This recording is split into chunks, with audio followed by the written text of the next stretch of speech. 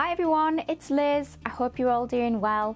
This is the second video in my series of me making some Victorian clothes to wear to a Victorian ball.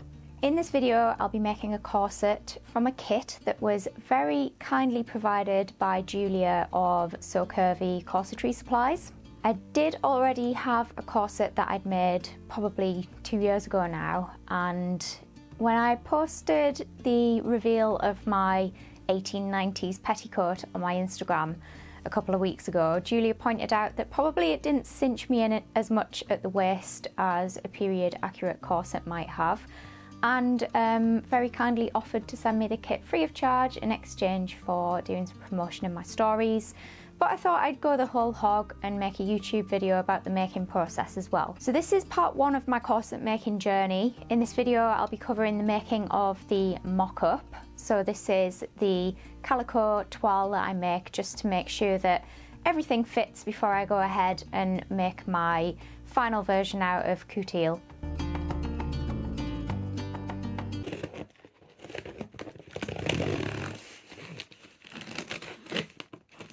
Is this like, let's just hope this isn't the moment where I slice open my hand on camera.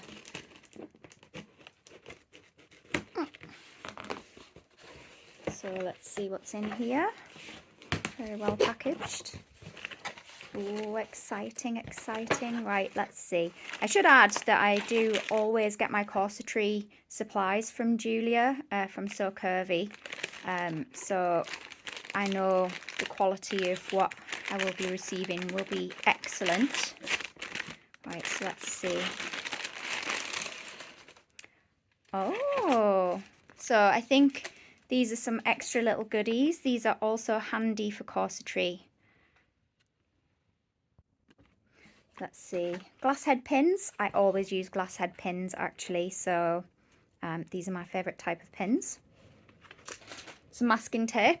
And I know what this is for. This is for holding the boning into the boning channels on a mock-up, rather than sewing them all into casing. Sharps machine needles. Not a machine needle that I usually use, so I'm interested to see how they are. Seam gauge, always very useful. Needle grabbers.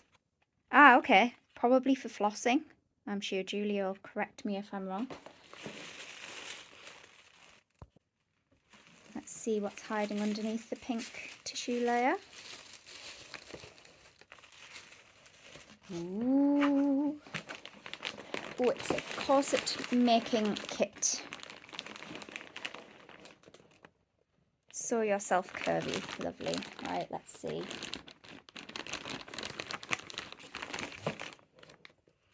Oh, okay. And I also have a 10% off code until the 1st of April with code SEWINGPUNK. Wowee. Right. Let's have a look. Oops. Try not to bend all the boning on the way out.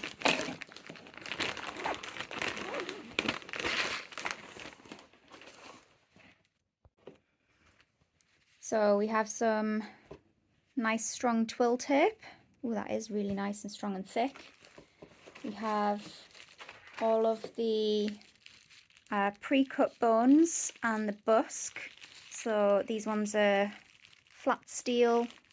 We have some spiral steel and some and the busk there.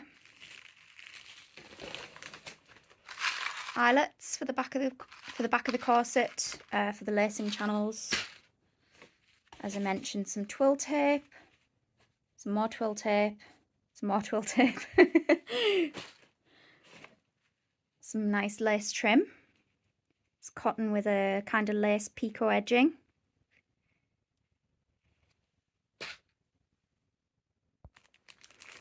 These are caps for the spiral steel boning. I'm assuming that they're provided in case I need to cut any of the spiral steel boning down.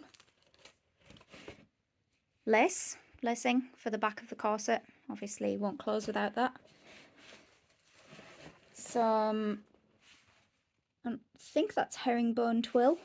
Not twill, sorry, herringbone coutil. So coutil is a kind of special corsetry fabric. It's very densely woven, almost feels kind of cardboardy, and it has a special sizing applied to it to keep the stiffness.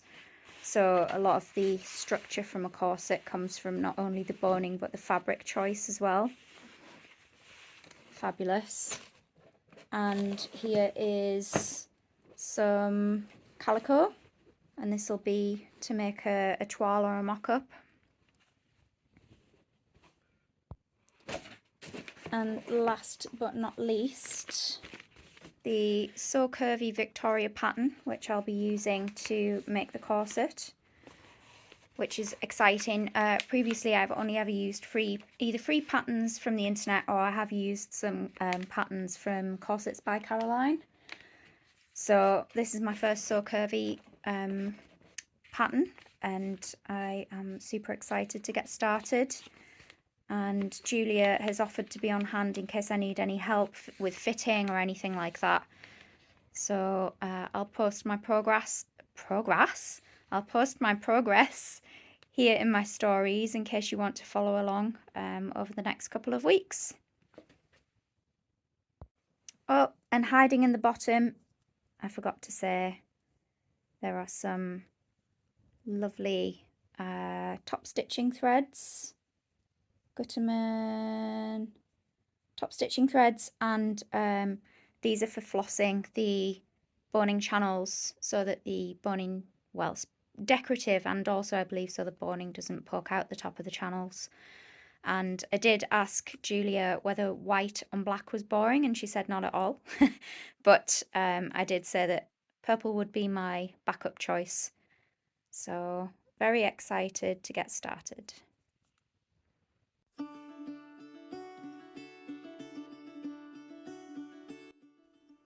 Here you can see the original corset that I made using a Free Foundations Revealed tutorial, and you can see it's not really cinching me in at the waist very well. So I'm really excited to be able to have another go at making it. Here I'm tracing off the pattern pieces onto the calico that's provided for the mock-up. I'm trying to be as careful as possible while I'm tracing this off, because even just a small addition or subtraction to the width of the pattern pieces can mean a big difference once you add all that up over 12 different pieces, and you can end up with quite a big difference in the measurement of the finished corset.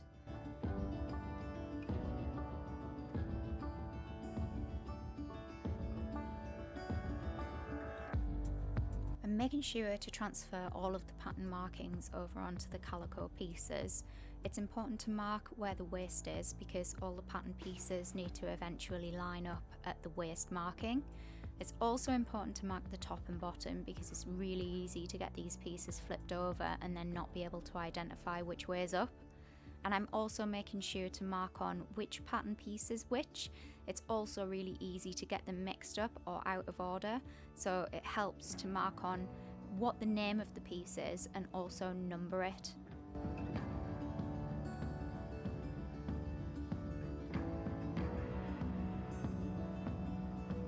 Now I'm marking out the seam allowance using these really handy little seam circles from Generates, who you can find on Instagram. These are excellent for adding seam allowance to patterns, but not so great in this instance, as I find out a little bit later, and you will see later in the video.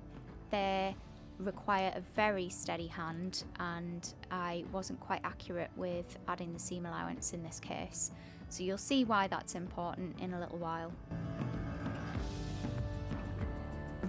Now I've laid out the pattern pieces for one side of the corset, and I've just laid out the corresponding paper pattern pieces just to make sure that everything is all present and correct. And what I found out was that I actually had swapped one piece over that belonged to the other side of the corset. If you want my advice, don't skip this step, it's really important. If you do get a piece out of order, it will have a huge impact on the fitting of the corset, and it's likely that you won't even know where you've gone wrong. Now I'm pinning the pattern pieces together, and I'm making sure to line up the waist first.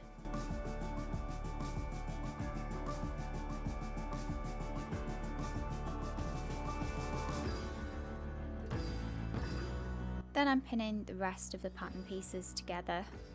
In hindsight, this wasn't the greatest method to use, and you'll find out why a little bit later in the video. And before I start stitching, I decide to swap over to my straight stitch throat plate and straight stitch presser foot and straight stitch feed dogs. And this just seems to make everything a lot smoother when sewing things that only need to be attached using a straight stitch. My machine is a semi-industrial, so I do find that it makes a big difference to set it to its kind of industrial mode using the straight stitch function. And I'm also using some sharps needles that Julia sent in the kit, which I've never used before and must confess they were really great to use. Now I'm just attaching the pattern pieces together, being really super careful to try and stitch along the stitching line that's marked on the pattern piece and removing the pins as I go.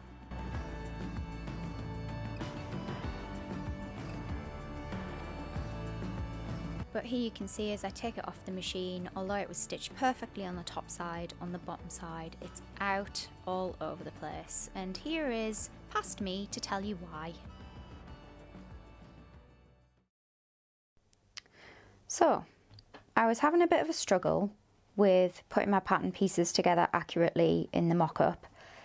What I was finding was, although I was hitting the sewing line pretty perfectly on the top piece, I was struggling with the bottom piece, and it was actually out a lot worse than this. I didn't save it to show you. Oh, I could actually insert the video that I sent to Julia in frustration. So yeah, I sent Julia a video and showed her what I was struggling with. Basically, I'd tried pinning it parallel and I'd tried pinning it perpendicular, and what I was finding was it was just out, all kinds of out on the other side. So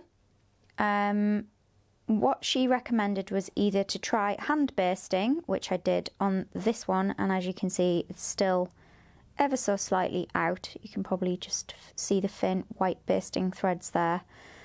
So it did work. It made things better for sure, but still wasn't perfect. And the other thing she suggested was to trim the seam allowances down and be really super accurate with them, and then simply to pin it at the waist, and then just follow the stitching line. And let me tell you, it worked like a charm. So, you know, the lady knows her stuff. You can ignore the fact that that is just a tracing error. That's not where I haven't hit the pattern marking. Same here. You can see I've just scored that out because that was actually a pattern tracing error. But on the back side, it's almost exactly in, like half a millimetre out. So I'm taking that. So I'm going to go back and retrim all of my seam allowances and all of the pattern pieces, and use that hot tip from Julia, and hopefully finish off the mock-up.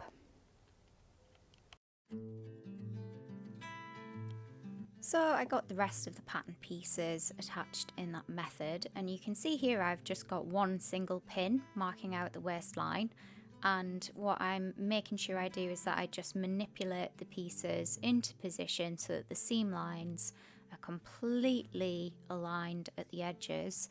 And then when I get to the pin on this one, I do take the pin out, but for the rest of them I started to leave the pin in, because what I found was taking the pin out actually seems to shift the bottom layer ever so slightly, and then it'll be out just at the waist. So in subsequent pieces, when I was putting them together, I did sew over the pin, which was accompanied by wincing and squeaking. So now I have all the pattern pieces together. I've actually attached them together at the centre line and haven't put a busk in, which does kind of speed the process up, but also makes it an absolute, what can I say politely? It makes it very difficult to get it on and off. You have to put it on over your head. So do bear this in mind if you're doing it in this way.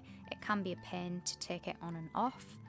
I've attached some facings to the back edges. They're just rectangular pieces of calico. And then I'm marking out where the boning channels need to be sewn in the back pieces. It's quite important to include the boning channels in the back pieces, and important to add some flat steel boning in the back pieces, which I actually haven't shown you in this video. I must have skipped that step by accident. But it just makes sure that your lacing channels remain parallel and don't pull all out of shape when you get your mock-up on. At this point, I'm popping the boning into the seam lines using this masking tape hack. It's recommended to put your boning into your mock-up just to make sure that the structure of the corset in the mock-up is matching what you'll see in the final corset. I've used a piece of flat steel just to mimic the busk down the front of the corset, and at every other seam line I've used spiral steel. In the back panel pieces, I've added the stitching lines for the boning channels for the flat steel, and I'm using a leather hole punch just to punch out the eyelets where we'll be lacing the corset up at the back. I won't be using any eyelets just for the sake of the mock-up, and I have seen people out there in the corset making community say that you shouldn't use a hole punch when you're inserting your eyelets and that you should just use an awl, but honestly I've used a hole punch on every single corset I've ever made and I've never had a problem with eyelets popping out or any kind of fraying. I think if you just use a bit of fray check around the hole, you should be absolutely fine. As I said, your mileage may vary, you should do as you must, not as I say.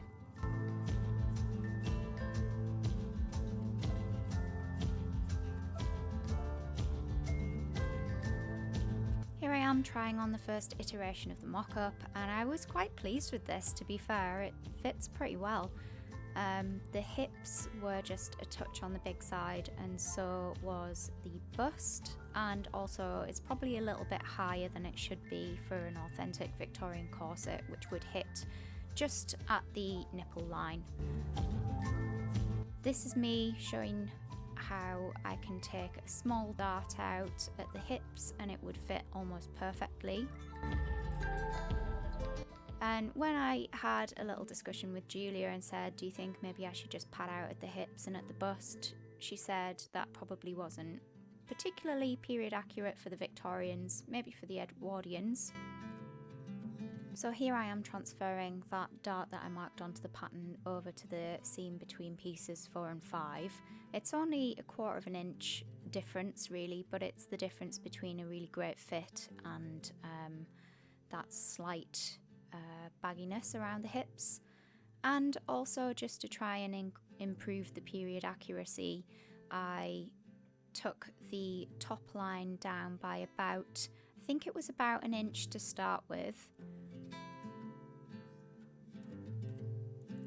And I'm just smoothing out that kind of slightly sweetheart shape in the top line of the corset.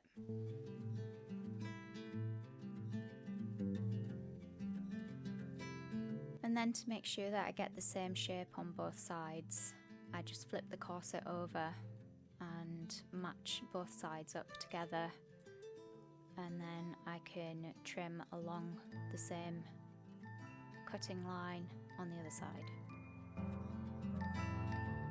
So here's how it looked after making a small alteration to the hips and the bust, and also shaving a little bit off the top edge.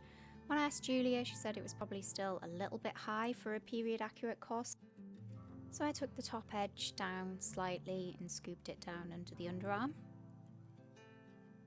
And this is how my final mock-up looked, which I was really happy with. Julia said it was a perfect fit, so I decided to transfer all the alterations over to my pattern pieces. Here I am just taking all the mock-up seams apart with the seam ripper.